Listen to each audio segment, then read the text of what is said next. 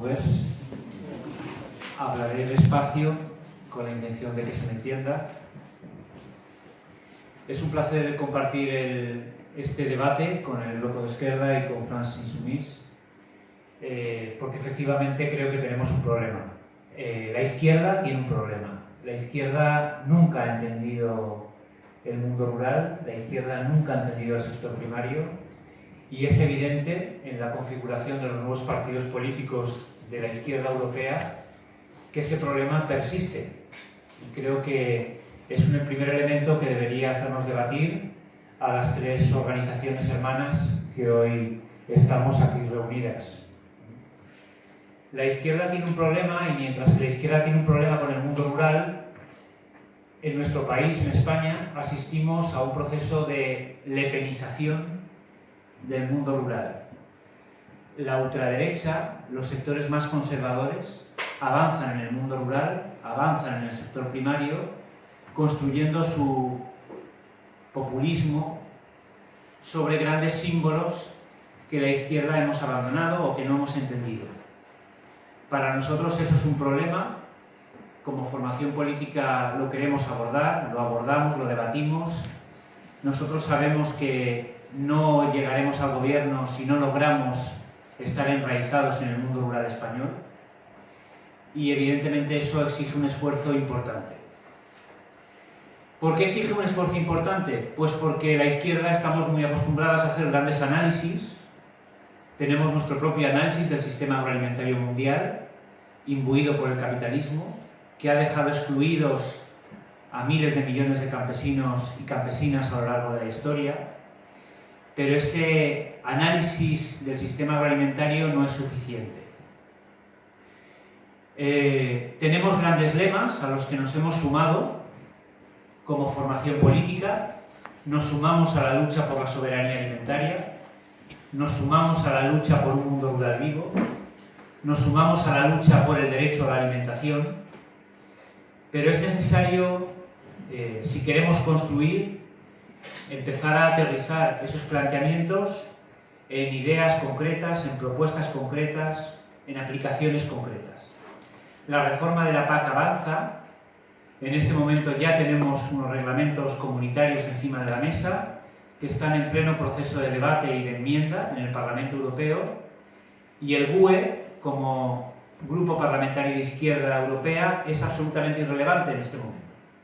Es decir, el GUE es inexistente en el debate del Parlamento Europeo respecto a las posiciones de una política que ocupa el 40% del presupuesto comunitario. Es decir, aunque solamente sea por cuestiones prácticas, deberíamos de ponerle más empeño. Bueno, pues somos irrelevantes.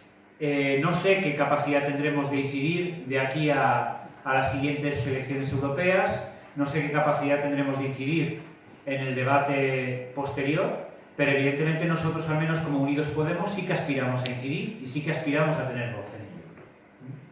Pero luego hay un siguiente escalón del escenario del debate, y es que hay una parte de la PAC que se dilucida en el Parlamento Europeo, pero hay una parte muy importante de la PAC que depende de los Estados nacionales, depende de los Estados miembros de Europa.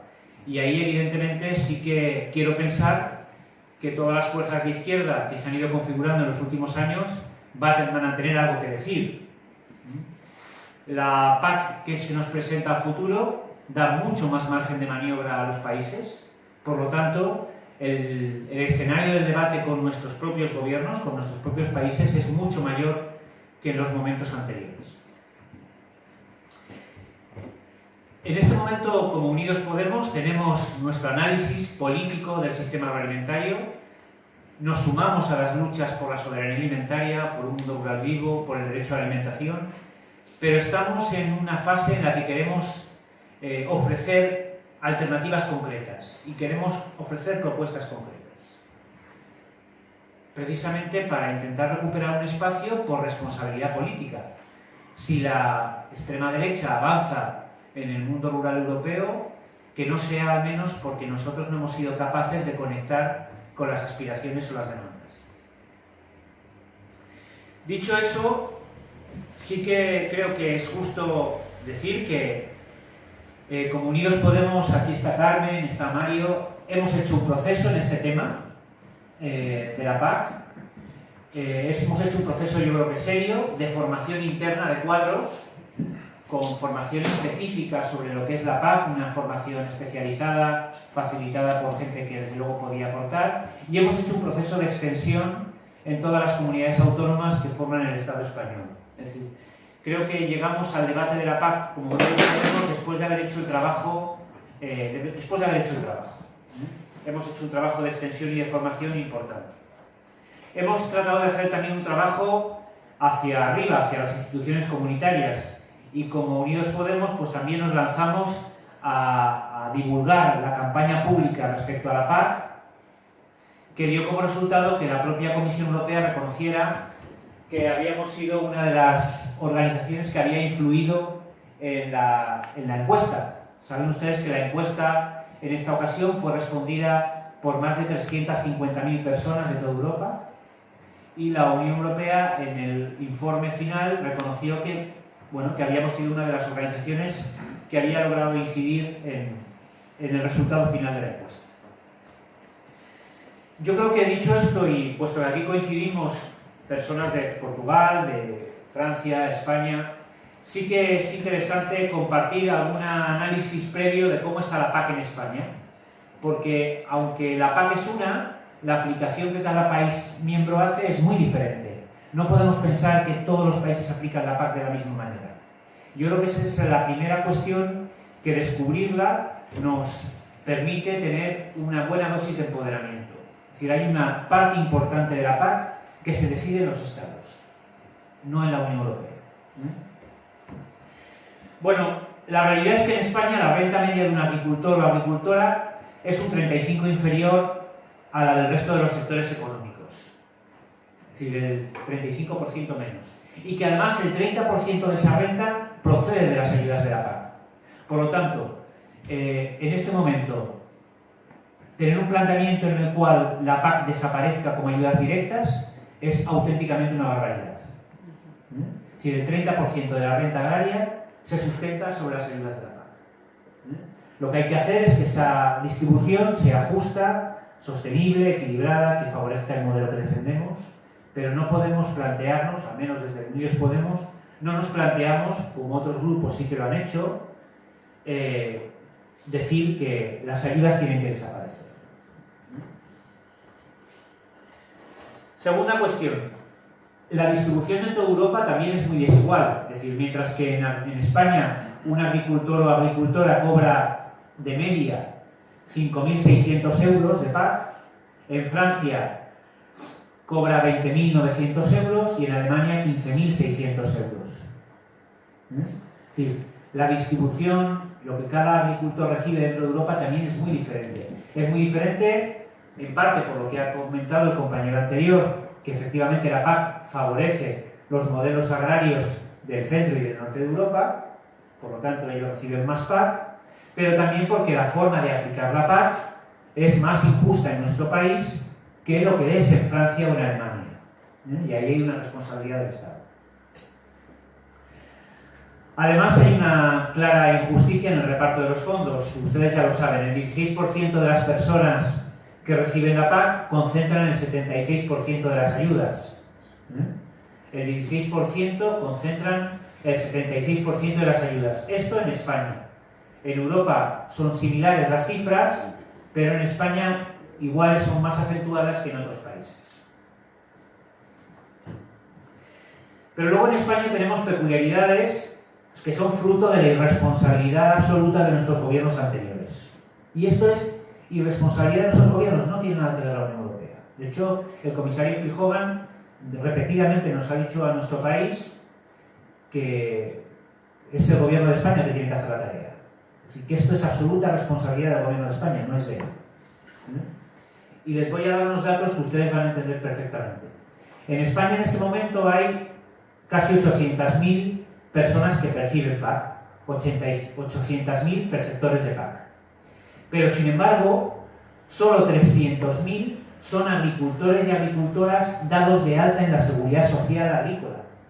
Es decir, hay 500.000 personas que no están dadas de alta como agricultores y agricultoras en España y reciben PAC. Hay un 40% que tienen más de 65 años. Es decir, son gente jubilada, pero que cobran jubilaciones del campo de miseria y que la PAC viene a compensar de alguna manera una renta, una jubilación, una pensión de jubilación muy exigua. Nuestra postura es difícil explicar esto a la sociedad rural, pero junto con los sindicatos agrarios hemos logrado introducir el discurso de que las pensiones del campo hay que resolverlas, pero la PAC no puede resolver las pensiones del campo. El gobierno de España deberá resolver las pensiones del campo, pero la PAC no puede compensar esa pensión ínfima que en este momento existe en el campo.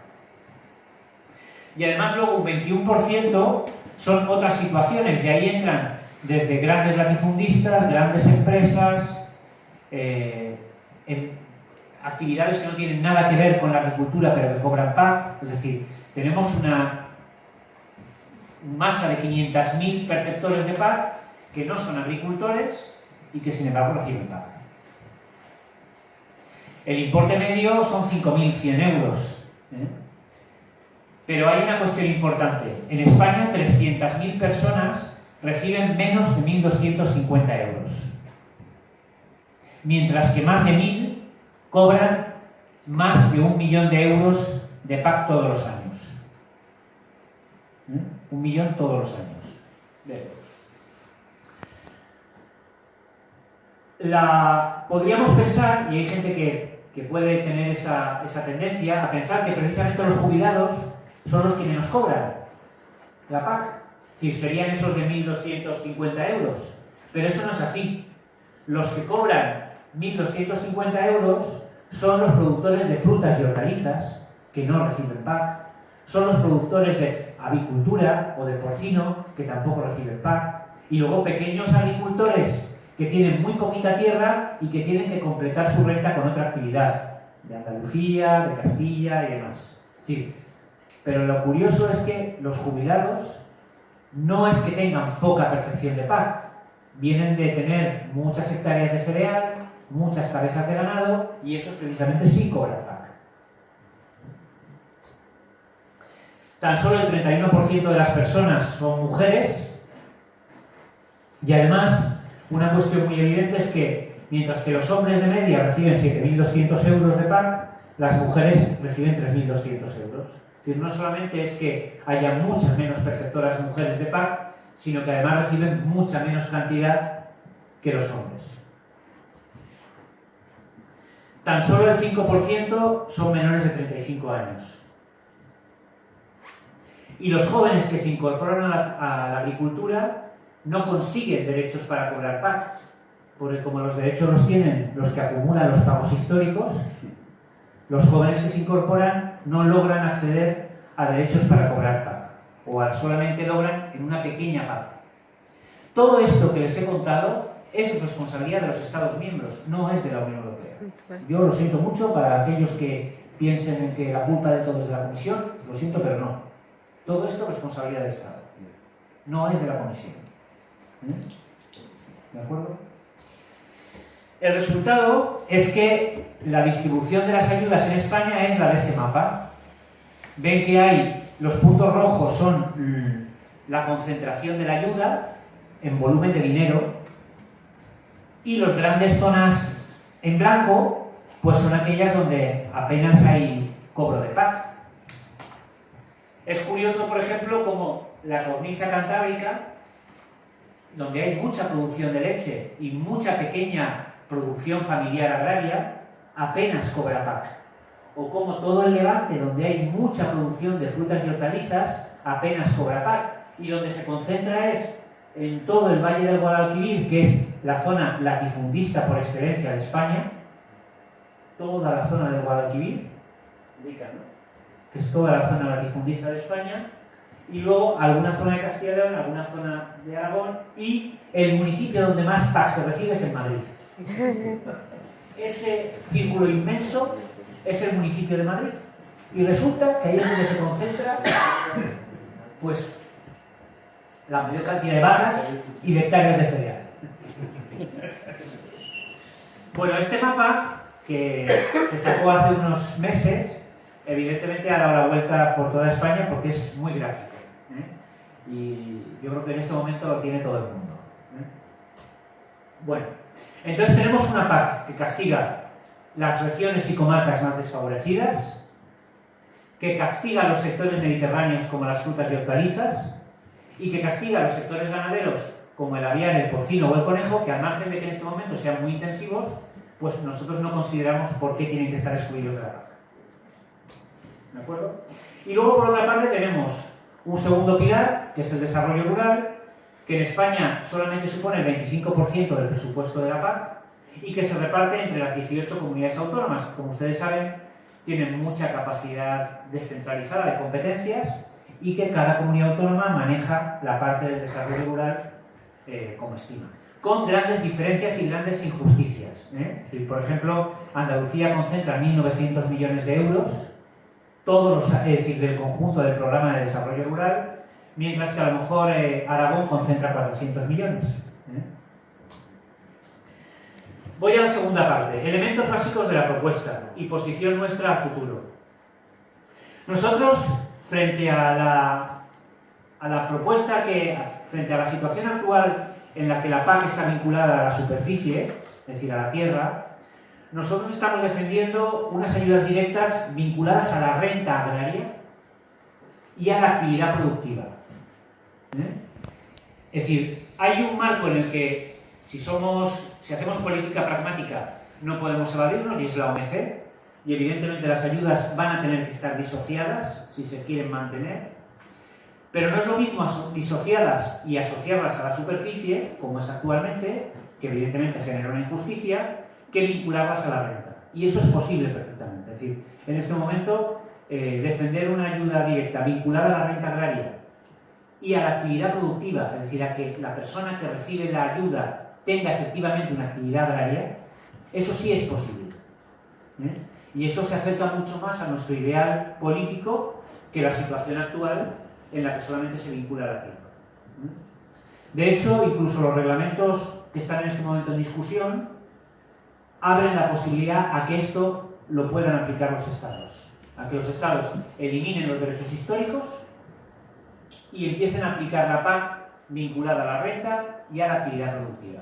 Nosotros estamos trabajando en una propuesta en este sentido, la tenemos desarrollada, hay algunas comunidades autónomas que también están en ello, comunidades autónomas gobernadas por el PSOE que se han unido a esta propuesta, o nosotros a ellos, es decir, estamos trabajando, y hay una fuerza política en este momento en España, como del 50-50, 50% frente al 50%, que apuesta por este modelo de ayuda directa.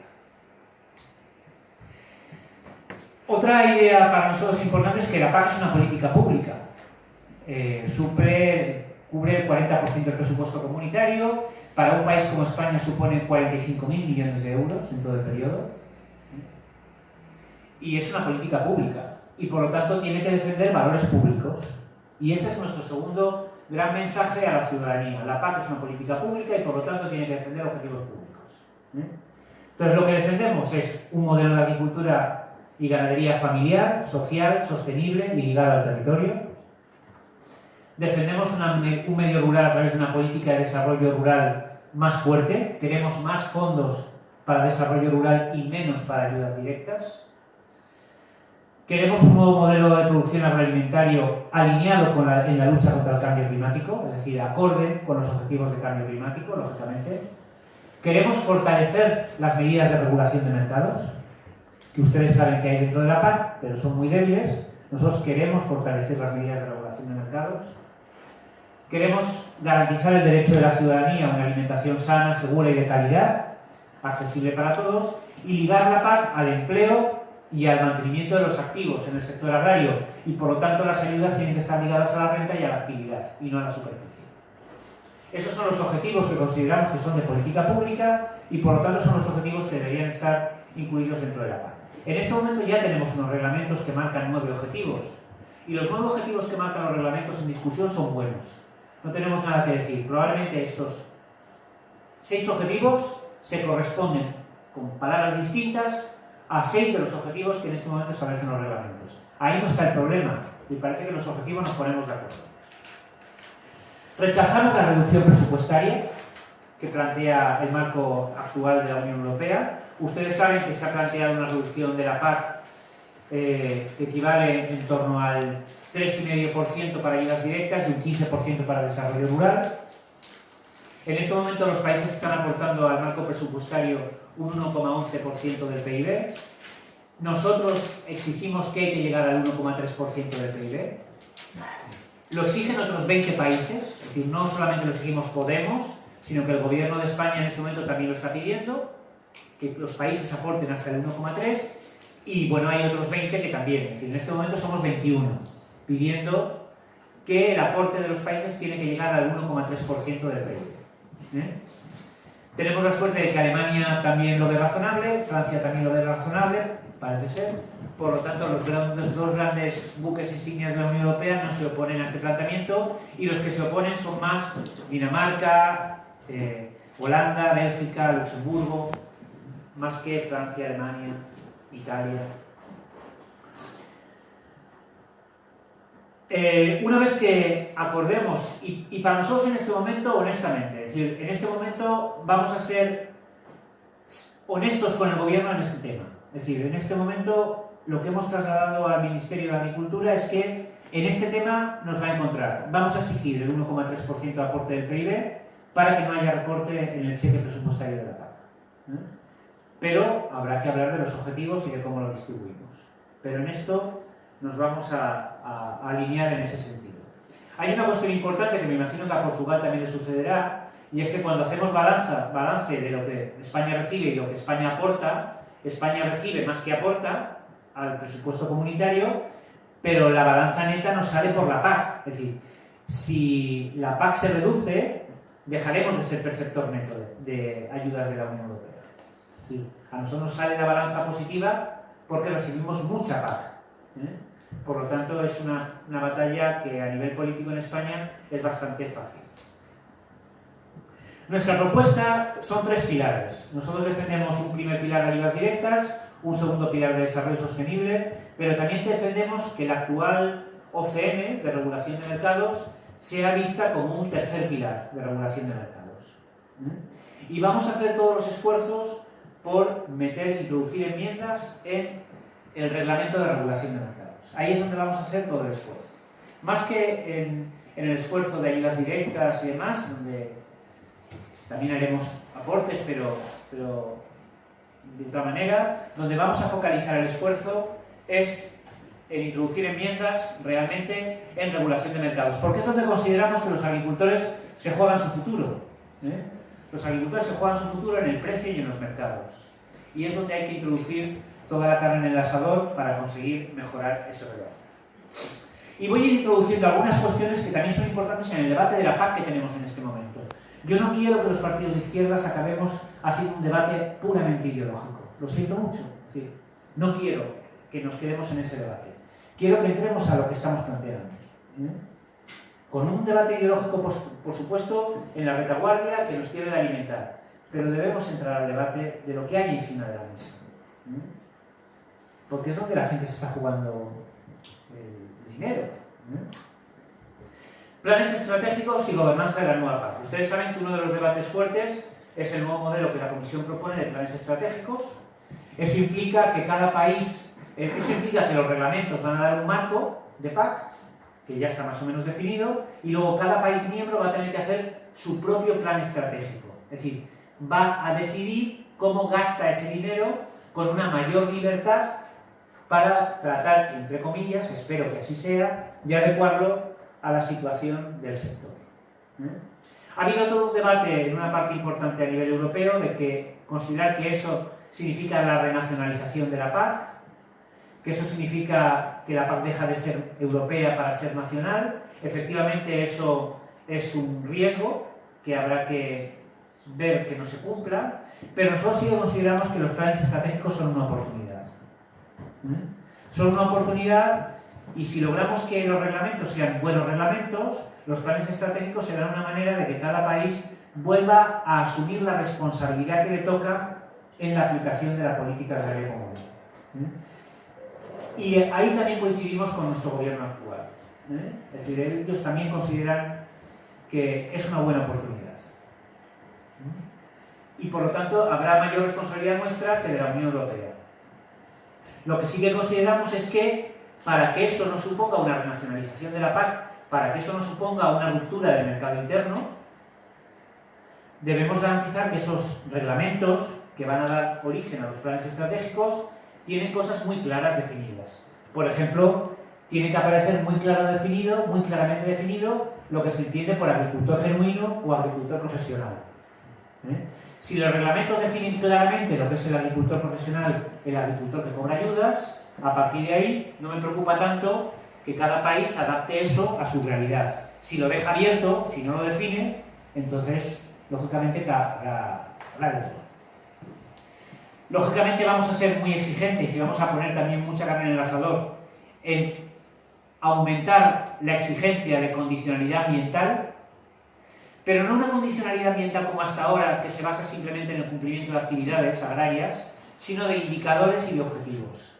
Lo que queremos efectivamente es que la condicionalidad venga medida por el resultado final de la mejora de la fertilidad de los suelos, de la calidad del agua, de la diversidad biológica, etc.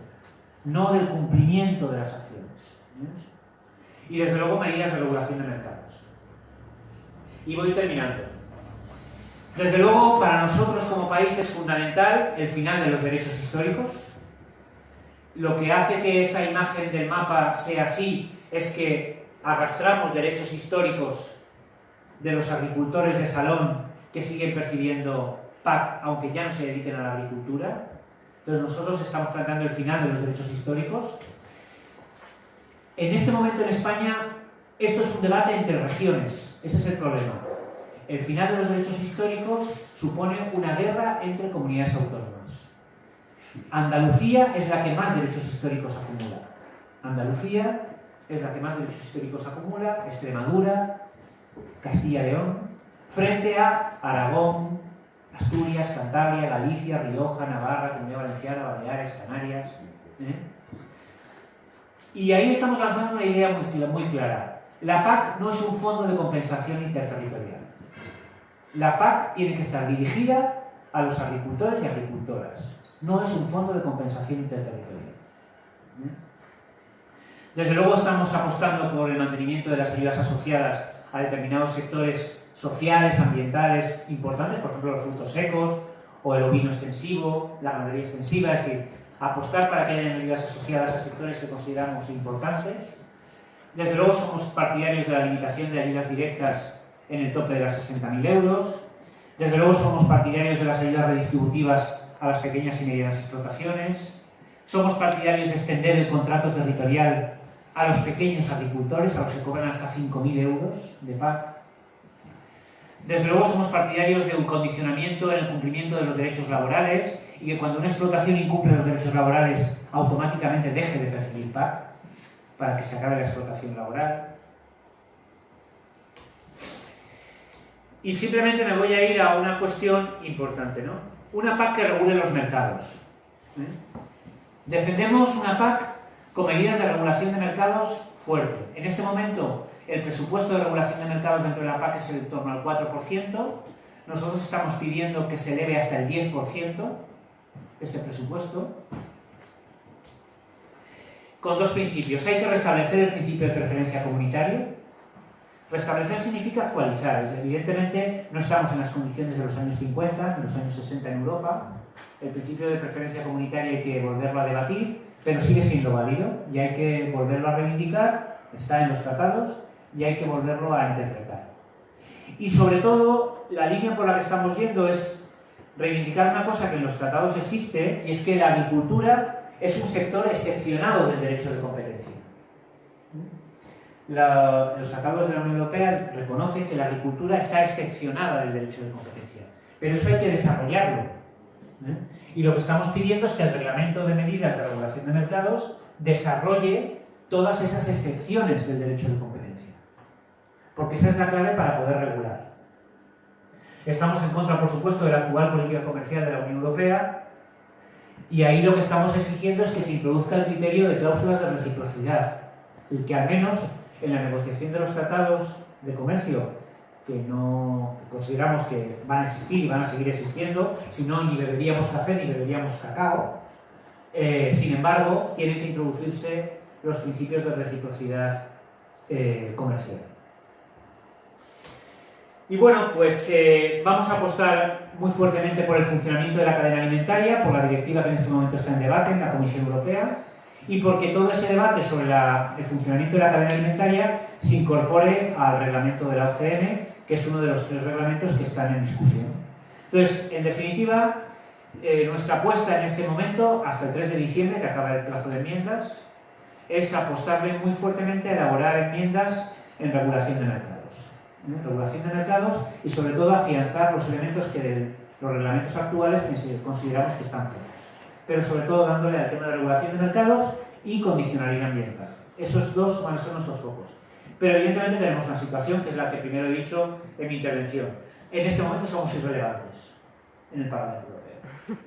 Entonces, o conseguimos aliarnos con otros eurodiputados que tengan la voz más fuerte y venderles nuestra moto, o evidentemente en este momento nuestra posición dentro del Parlamento Europeo sirve para bien poco.